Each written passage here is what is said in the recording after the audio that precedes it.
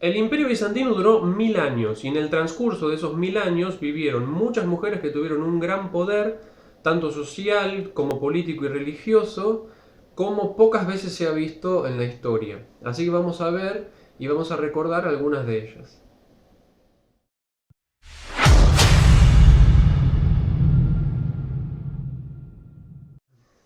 ¿Cómo están? Mi nombre es Ariel. Lo que quiero hacer hoy es hablar de algunas mujeres importantes del Imperio Bizantino. Pero vamos a aclarar un poco qué es el Imperio Bizantino. Así que diremos que el Imperio Bizantino en principio es la parte oriental del Imperio Romano. El Imperio Romano en algún momento de la historia se dividió en dos y la parte oriental tuvo su sede central, digamos, su capital, en la ciudad de Bizancio, que está hoy en Turquía, o más precisamente es la capital hoy de Turquía. Bizancio se llamó Bizancio, después se llamó Constantinopla y hoy se llama Estambul. En esos 1000 años muchas mujeres tuvieron una influencia importantísima en el poder, algunas socialmente, otras religiosamente, otras eran conspiradoras, otras eran caritativas. Así que vamos a recordar algunas de aquellas mujeres. La primera que podemos mencionar es, por ejemplo, la misma madre de Constantino, a la que llamamos hoy Santa Elena de la Veracruz, porque se supone que en una peregrinación a Jerusalén encontró la cruz en la que fue crucificada Cristo, y eso se transformó en una reliquia de la más importante del cristianismo. Imagínense encontrar la cruz en la que fue crucificado Cristo. Como también en Notre Dame está hoy, por ejemplo, la corona que le pusieron a Cristo en la cabeza, o eso es lo que creemos. Así que Santa Elena tiene una influencia muy grande sobre su hijo Constantino, que es el emperador que ve en la batalla del puente Milvio la cruz en el cielo, que es una señal de victoria para él, que debería haber sido mejor esta cruz, porque fue la que usaron después las legiones en sus escudos, o por lo menos algunas de ellas. Otra mujer importantísima es Teodora, que creemos que nació en Chipre en el año 500. Tiene unos orígenes muy humildes porque ella es hija de una actriz y de un entrenador de osos. Ser actriz en aquella época no estaba muy bien visto, y sobre todo cuando Teodora es actriz por los shows, por las representaciones medias polémicas que hace, porque sale desnuda, por esto y por lo otro, que para la época se supone que está corrompiendo la moral pública, así que no era muy querida en ese sentido. Sí la iba a querer el equipo de carros azul del hipódromo, y eso era algo que ella iba a recordar mucho en toda su vida. Su papá decía era entrenador de osos. Sabrán que en aquella época se usaban muchos animales para las fiestas, para las representaciones de batallas y para cualquier cosa que suceda dentro de un anfiteatro o mismo en el hipódromo. Así que el padre era el que se encargaba de entrenar de todos aquellos animales a los osos. Bien, ella estaba comprometida antes de estar con Justiniano, por eso estuvo viviendo en Egipto, estuvo viviendo en alguna otra parte del norte de África también. Después vuelve a Constantinopla, ella es hilandera cuando conoce a Justiniano, y Justiniano era un militar.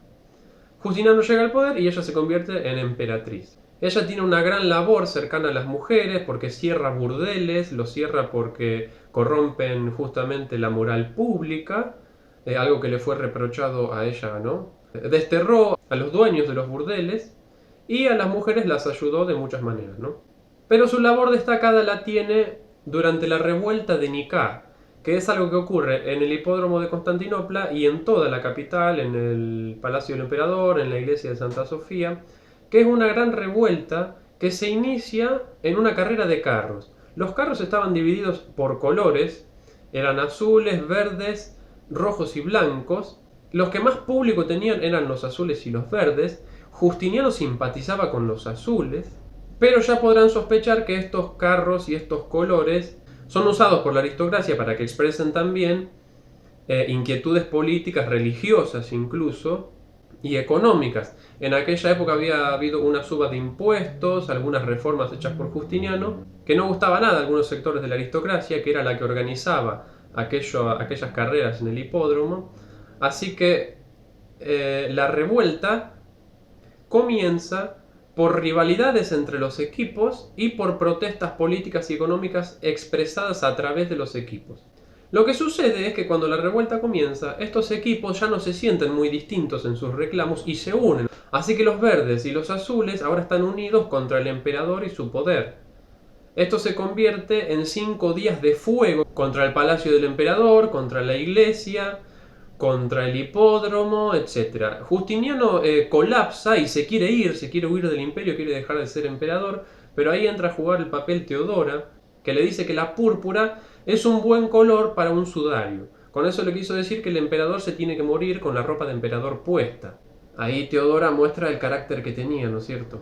Teodora consigue que los azules se pongan del lado del emperador, que era aquel equipo con el que ella medio simpatizaba, a pesar de que tenían diferencias religiosas, porque los azules defendían a la ortodoxia religiosa y los verdes al monofisismo. Esta es una discusión religiosa que en aquella época estaba en boca de todos. Se discutía de eso en la calle, en el palacio, en el hipódromo, en todos lados. La gente hablaba de si se sentía identificado con el monofisismo o con la ortodoxia.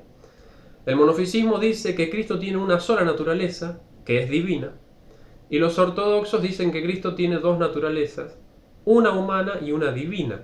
Esa era la discusión instalada en Constantinopla en aquella época. La gente discutía de eso. Alguien salía a la calle y la gente estaba discutiendo sobre eso.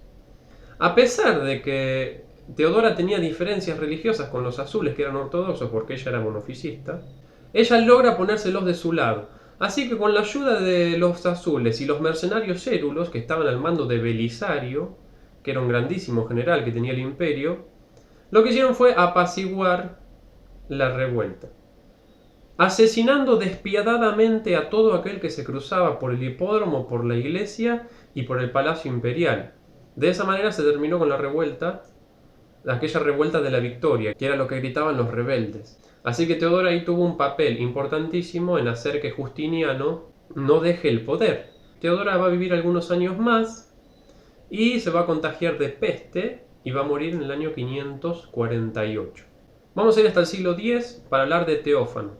Ella estaba casada con Romano II, que dura poco en el poder, y ella queda como regente. Para que su poder no se desestabilice, se casó con Nicéforo Focas, que era un militar de la época, muy poderoso, pero que como emperador perdió muchísimas batallas y aparte se había alejado de la iglesia porque había puesto un límite a la recaudación que tenía el clero en aquel momento. Y además de todo esto, la emperatriz estaba entreverando amorosamente con su sobrino, que va a ser el futuro Juan I. Lo que hacen es deshacerse de Nicéforos mandándolo a decapitar. Pero cuando Juan I queda en el poder con Nicéforo muerto, el patriarca de Constantinopla lo presiona para que eche para atrás todas las medidas anticlericales que había tomado Nicéforo, porque si no, no lo va a apoyar nunca. Entonces Juan lo que hace es hacer caso al patriarca y mandar a su esposa al exilio a la isla de Proti, que está en Grecia, que queda bastante lejos de Constantinopla. Pero no muere, Teófano no muere, sino que está exiliada y sigue teniendo influencia política. Juan I gobierna 7 años y cuando muere reinan los hijos de Teófano, que lo primero que hacen es liberarla del exilio. Ella vuelve a Constantinopla con sus hijos ya en el poder. No sabemos cómo muere Teófano, así que ahí podemos suponer cosas.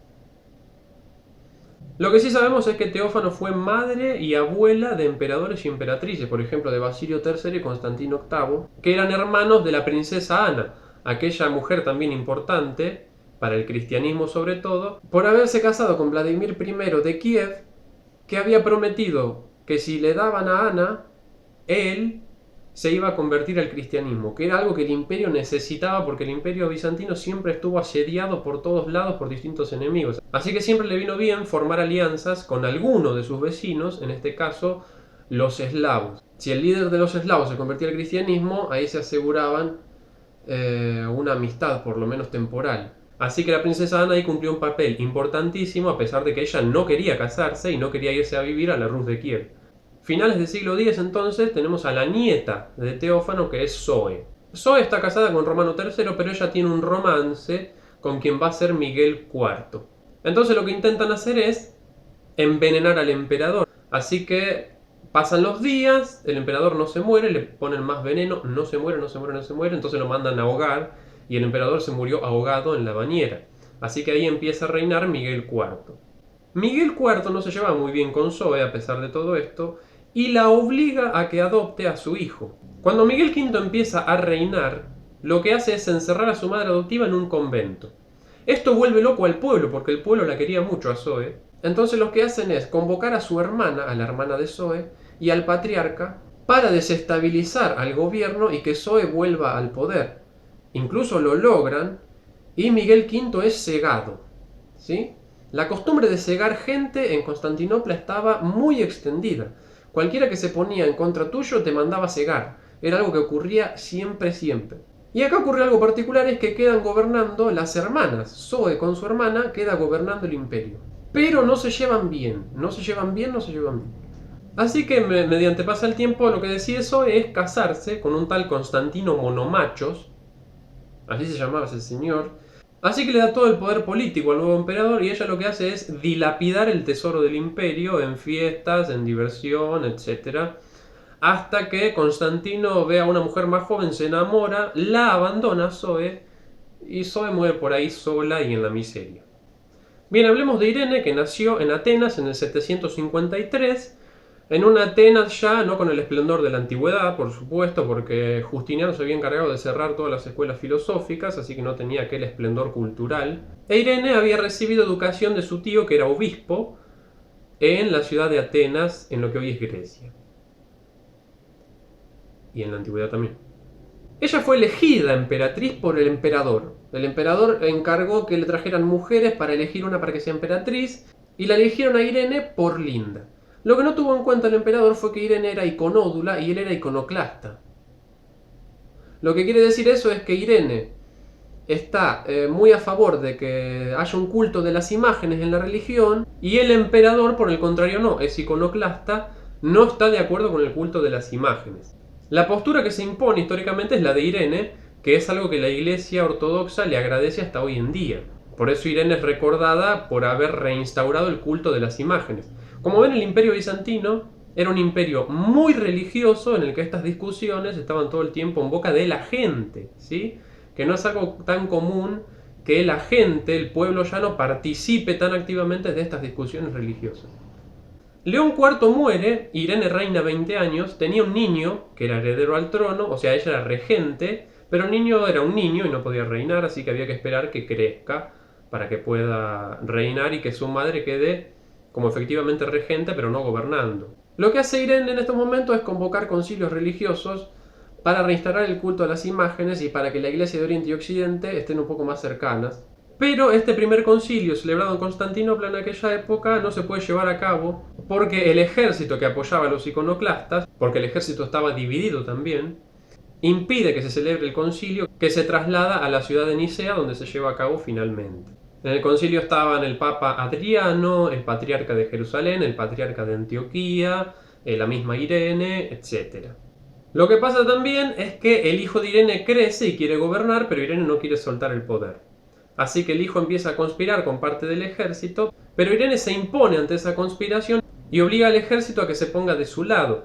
Lo que pasa es que Irene sufre una desestabilización terrible cuando pierde batallas con Harún al-Rashid, el de las Mil y Una Noches, que estaba por esta época. Le gana al Imperio Bizantino algunas batallas y ahí Irene es desestabilizada y sacada del poder. Empieza a reinar su hijo, pero su hijo era un inútil, él no sabía reinar, perdió muchísimas batallas y lo que hace es llamar a su madre. Pero su madre, cuando vuelve, no se olvida de lo que su hijo hizo, que conspiró contra ella, etc. Entonces había una relación muy tensa. Lo que detonó todo el problema que sigue ahora fue que Constantino, el hijo de Irene, repudió a su esposa y a sus hijas y se quedó con su amante. Eso a Irene la enfureció, no quiso que eso sea así, y lo mandó a apresar a su hijo. Su hijo en la cárcel siguió conspirando contra Irene, y Irene lo que hizo fue mandar a cegarlo, que como ya ven era costumbre, y su hijo se termina muriendo por las heridas, se muere encarcelado. Bien, Irene sigue reinando, llega el año 800, y en el año 800 sucede algo impresionante en la historia, que es que el Papa Adriano le pone la corona de emperador a Carlomagno. Entonces ahora hay dos emperadores, otra vez. Uno de Occidente, que es el franco Carlomagno convertido al cristianismo, es decir, el Papa les dice: gente de Oriente, yo ya no los necesito, ahora tengo a mi propio protector, que es Carlomagno, y mi iglesia está resguardada, y me aseguro mi poder poniéndole yo mismo la corona a Carlomagno. Esto en Oriente se toma muy mal, pero lo que hace Carlomagno es tratar de casarse con Irene. Es decir, manda a su gente a hablar a Oriente para que Irene acepte casarse con Carlomagno. Por supuesto que ese matrimonio no se llevó a cabo. Bien, entonces Irene reina con su propio nombre como emperatriz, pero ella fue destituida por un golpe de estado que terminaría con la dinastía Isaura, que fue una gran dinastía del Imperio Bizantino, e Irene pasaría a la historia como la que devolvió el culto a las imágenes a la Iglesia Ortodoxa. Si les gustó el video pueden darle al like, pueden comentar ahí si faltó algo, si ustedes conocían alguna de estas mujeres, si no, si había alguna mujer importante que había que mencionar sí o sí, o podemos hacer una segunda parte, si les gustó este video. Y también se pueden suscribir y me pueden seguir en Instagram, que es El Curso del Imperio. Y agradezco a la gente que me empezó a seguir en Instagram porque es un impulso, ¿no? Porque el canal es nuevo, así que el apoyo de ustedes es buenísimo y viene muy bien. Así que eso es todo, hasta la próxima. Adiós.